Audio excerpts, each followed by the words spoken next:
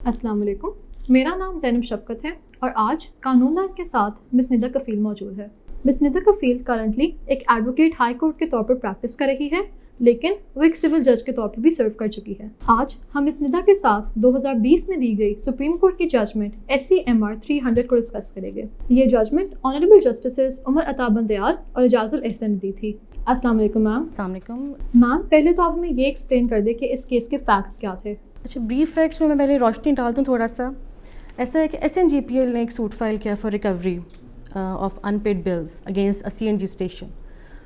Court نے summon کیا دوسری party appear before the court and they file a leave to defend. اس پہ آرگیومنٹس ہوئے، آرگیومنٹس کے بعد جناب ان کی لیو ٹو ڈیفینڈ ایکسیپٹ ہوتی ہے۔ پھر as per the procedure goes issues frame کرتی ہیں کورٹس، اور اس کے بعد they ask the petitioners of that particular suit کہ وہ اپنا ایویڈنس پروڈیوس کریں۔ ایویڈنس پروڈیوس ہوتی ہے آن بہاف آف SNGPL، اور اس کے بعد کورٹ کیس فکس کرتی ہے CNG اسٹیشن کی ایویڈنس کے لیے۔ اب CNG اسٹیشن جو کیا کرتی ہے، وہ ایک موقع لیتے ہیں، دوسرا موقع لیتے ہیں۔ They seek several opportunities to produce their evidence but they فیل۔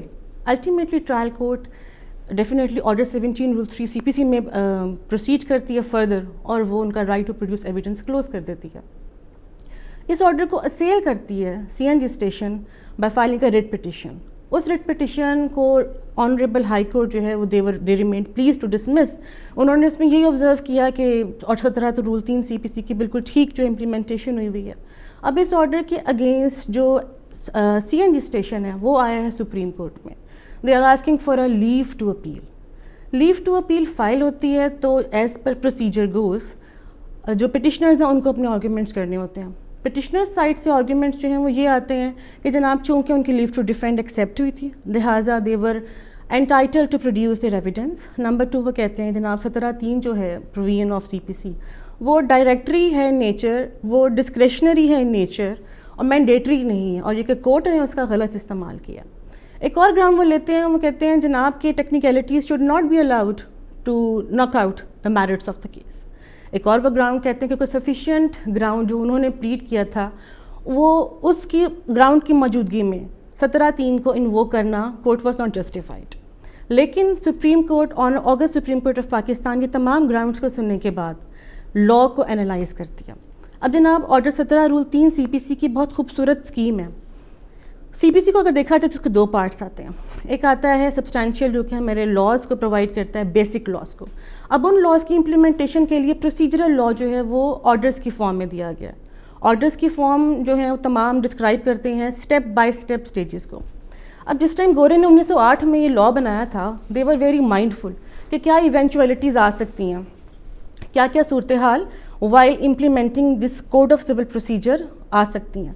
تو انہوں نے فورسی کرتے ہوئے یہ پروویژن رکھا تھا کہ ٹھیک ہے کورٹ نے ایک کیس کسی خاص اسٹیپ کے لیے فکس کیا ہے، تو ہو سکتا ہے اس ڈیٹ پر آنریبل جو لرنڈ لائر ہیں ان کو کوئی بہت امپورٹنٹ ہائی کورٹ میں کام نکل آیا یا سپریم کورٹ میں ان کا کیس کال ہو جائے، اس صورتحال میں کیا ہوگا، یا کوئی جو پارٹی ہے اس میں کہیں کوئی ڈیتھ ہو جاتی ہے یا لائر اسٹرائک کرتے ہیں تو اس صورتحال میں کیا ہو جاتا ہے۔ اس صورتحال میں آرڈر 17 ریگارڈنگ ایڈجرنمنٹس، اس کا ٹائٹل ہے ایڈجرنمنٹس، یہ انٹروڈیوس کروایا گیا CPC کے اندر۔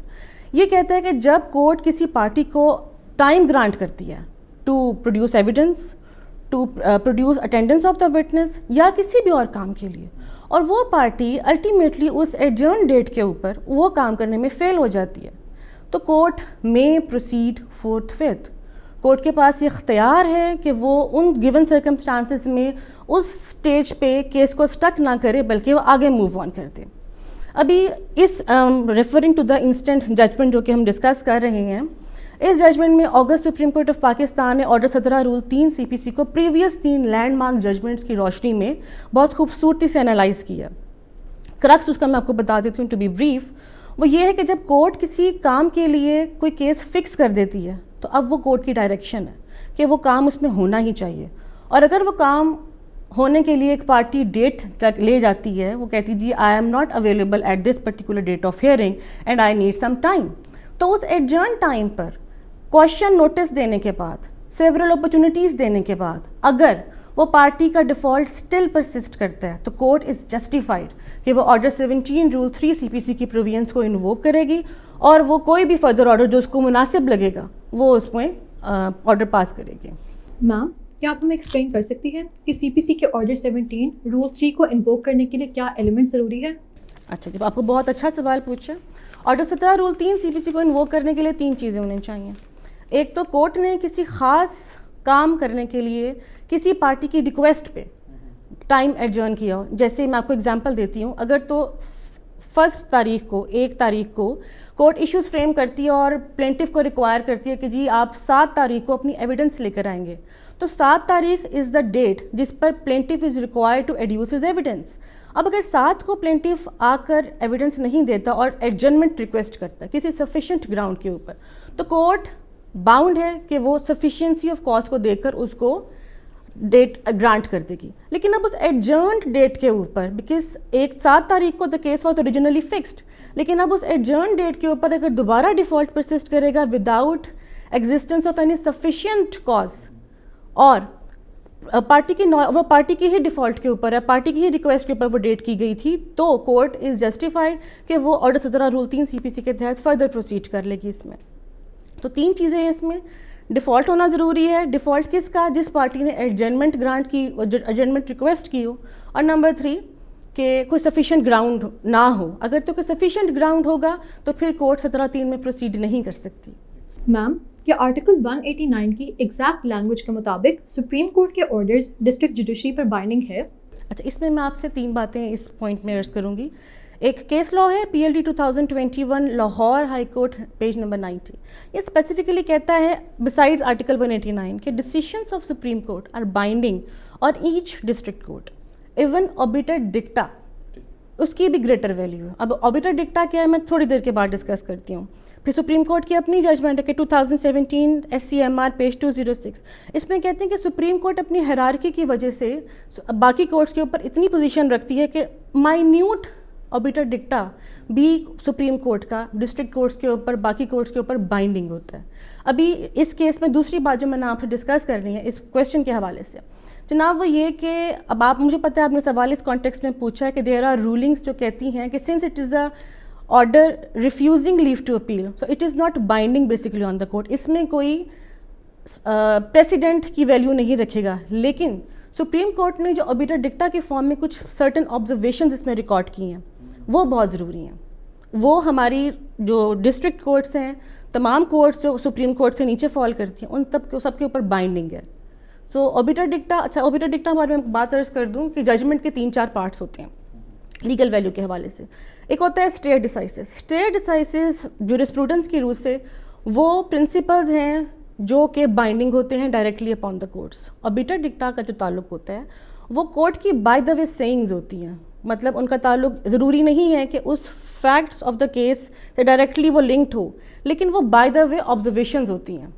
تو سپریم کورٹ کی حد تک جو اوبیٹر ڈکٹا بھی ہوتے ہیں وہ بھی ڈسٹرکٹ کورٹس کے اوپر، باقی کورٹس کے اوپر بائنڈنگ ہوتے ہیں. اب جیسے کہ ہمارے کیس میں اوبیٹر ڈکٹا میں کیا کہا، سپریم کورٹ نے کہا جناب کہ اگر کوئی کورٹ آرڈر گرانٹ کرتی ہے ایڈجرنمنٹ کا تو that is a judicial order.